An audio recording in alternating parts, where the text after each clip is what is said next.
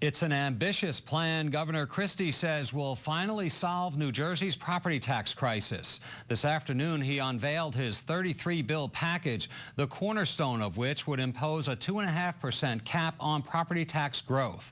The proposal includes a so-called toolkit for local officials that the governor has been talking about for weeks now. State House correspondent Zachary Fink is live at the Capitol with more on today's big development. Zach? Well, Jim, as the state government has actually contracted in the last few years, the real growth has been at the local level with local government, which has actually grown 70% in the last decade. Now, the Christie administration budget is cutting municipal aid, cutting education aid, and Democrats have been saying that that's going to result in local property taxes going up. Not so, says the Christie administration. If this toolkit is enacted, it should keep the growth to a minimum, not just in this year's budget, but in years to come. Very busy day at the State House today. We begin our coverage with senior political correspondent Michael Aaron.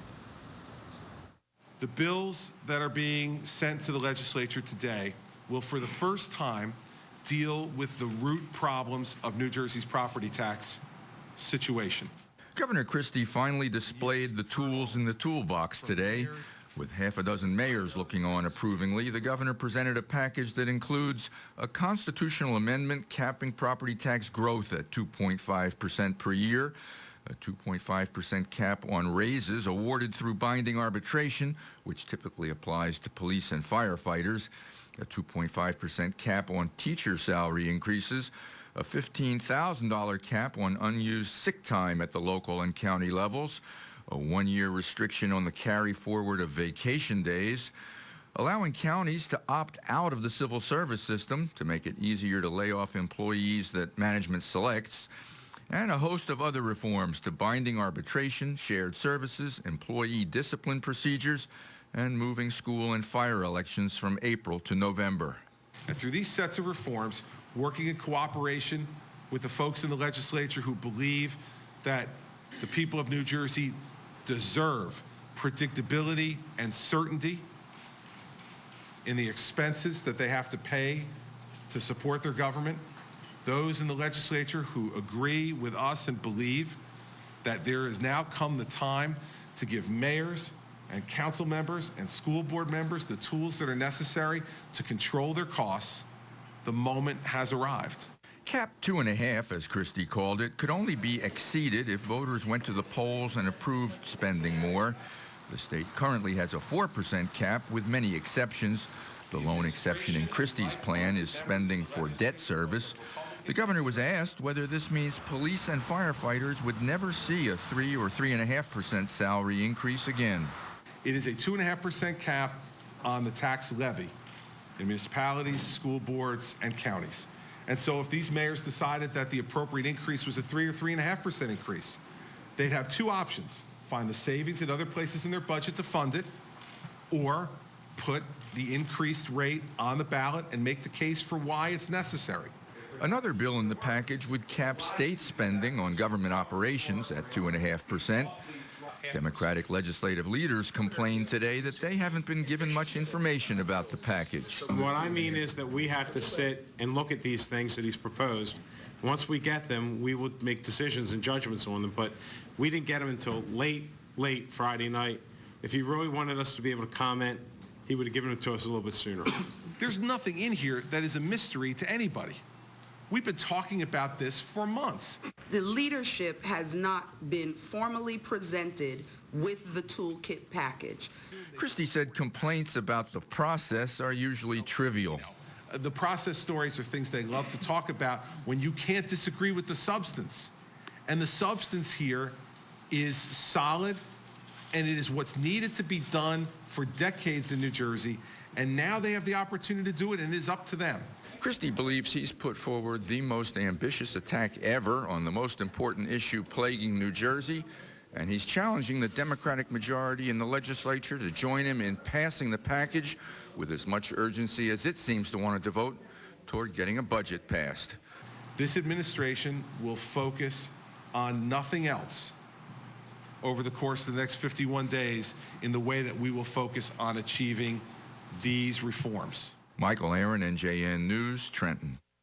And we will have reaction to Christie's structural reform package. But first, Democratic leaders in the state legislature held their own press conference today about the state budget. There has been an ongoing debate between Governor Christie and the Democrats over the so-called millionaires tax. Democrats want it renewed on people earning over $400,000. Well, today they scaled that back a bit. They said by May 20th, they're going to pass a bill that would impose a tax on people making $1 million or more. They say it should bring in about $637 million, and that should help restore rebates for seniors and prevent an increase in costs for prescription drugs. Meantime, the Christie administration and Republicans dispute that figure. When the governor talks about shared sacrifice, I think we all get it, and we all agree. But shared sacrifice means 100% of us share in the sacrifice, not 99%. The Democratic legislative leaders say they have found a way to broaden Governor Christie's definition of shared sacrifice. By restoring a tax on those making over $1 million, the Democrats say it should raise enough money to restore property tax rebates for seniors and eliminate a proposed increase in their prescription drug fees. I think it is incumbent upon the legislature at some point to draw a line in the sand. How many of the vulnerablest population groups in the state are we going to not stand up and speak for?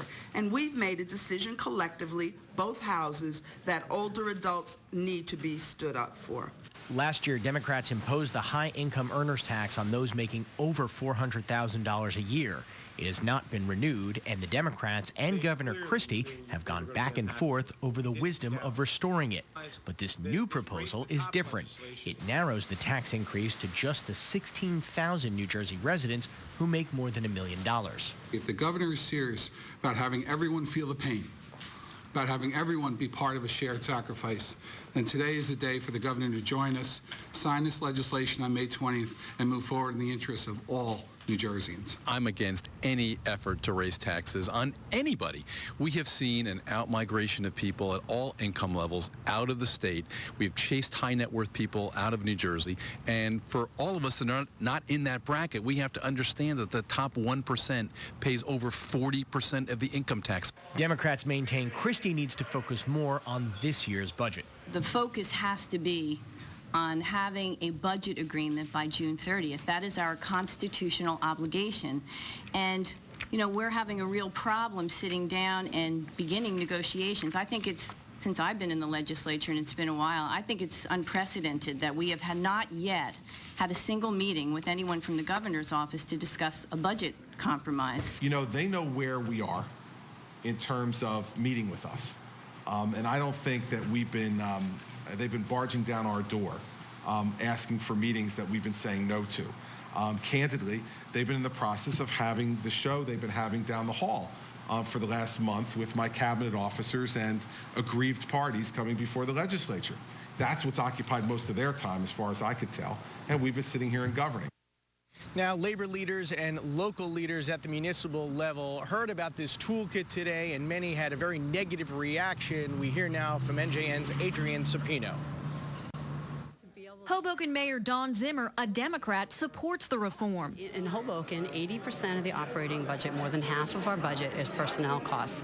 So we need to have some tools, and this package that he's putting forward are the tools to be able to help us to control some of the personnel costs. And that by reducing those personnel costs, that's how we can then make sure that we're still able to provide the services that we need to provide for the city of Hoboken. Advocates for municipal government are on board, but would like some protections added.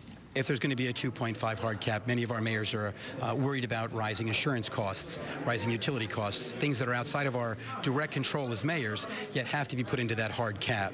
So we want to engage the legislature and the governor's office to understand those things, because after a while, those things will lead us to diminished returns. Finally, we have declared war on what I believe are some of the push-button issues that mayors and governing bodies have been crying for reform over the years. Civil service reform, fire and police binding arbitration. I think that they're very positive steps. Still a lot of details that have to be worked out, 30-some bills that have got to be reconciled, but I'd say today we're off to a good start. Union leaders say the bills will decimate workers' rights, especially the measure allowing towns to opt out of civil service. This represents a real almost a nuclear attack on workers' rights, and it's going to set us back 100 years in terms of the rights of workers to be treated fairly on the job. And furthermore, it's going to open up the door to the kind of patronage and corruption that civil service was set up to eliminate, decades ago. It appears to be undermining the rights of the working men and women, and I think it's a prescription for corruption. And in public safety, in firefighters, and in police, well, what would happen is it would change a system from the best, the brightest, the most physically fit to get jobs and promotions by removing civil service and creating a situation where whoever's envelope is the largest for the local mayor's election would either be promoted, and there would be all kinds of favoritism being involved. The state's largest teachers union reacted to the proposal that would reinstate a school board's right to impose the last best offer in union negotiations. Right now, it's at a pretty level stance for collective bargaining. So if he does away with the legislation that was passed several years ago, then it tilts, and it tilts in favor of the school boards. To fight these changes, public employee unions will hold a rally on Saturday, May 22nd, outside the State House. Attendance is expected to be large. Adrienne Sapino, NJN News, the State House. And as for the millionaire's tax, Governor Christie essentially said today that it's dead on arrival, that he will not sign any bill that increases taxes in this year's budget, period. Some have speculated that this seems to be setting up a government shutdown. Democrats wouldn't really say that, and Governor Christie said he's confident there won't be a shutdown. I'm Zachary Fink, live at the Capitol. That's the latest. Jim, back to you. And we'll, of course, be following those developments. Thank you, Zach.